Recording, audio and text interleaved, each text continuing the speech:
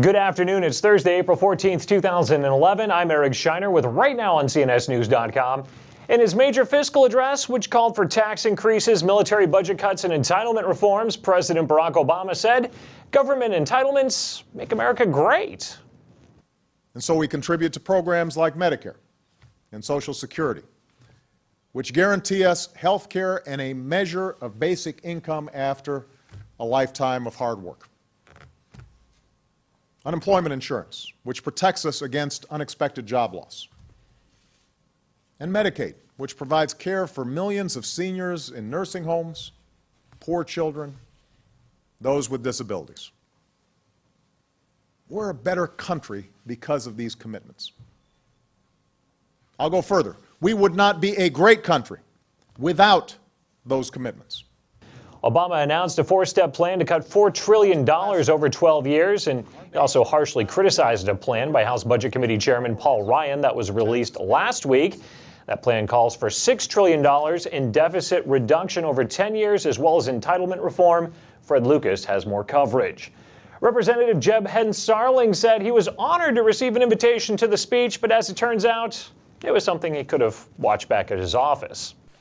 He spent approximately a half an hour giving us a history lesson, blaming everyone for the nation's fiscal woes but himself, attacking the path to prosperity budget, and setting a new standard for class warfare rhetoric.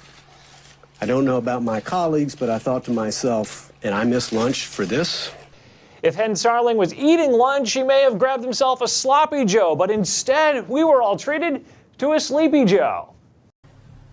It says that 10 years from now, if you're a 65-year-old who's eligible for Medicare, you should have to pay nearly $6,400 more than you would today.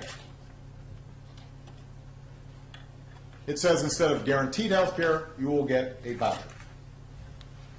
And if that voucher isn't worth enough to buy the insurance that's available. Great plan, huh, Mr. Vice President? Well, don't worry. We have coverage, so you can click around and find out what happened. Today's votes are set to be cast for the budget deal Republican House leaders cut with President Obama and Senator Harry Reid. Many are keeping an eye on what it means for the debt ceiling. In order to consummate the spending deal, Republicans would need to lift the debt ceiling by hundreds of billions of dollars just to let the government borrow the money that they've already agreed to let the government spend between now and September 30th. Last week, the Treasury reported that it could only borrow an additional $80 billion before hitting the $14.2 trillion debt limit Congress set last year. That's a debt limit that many Republicans were against raising at the time.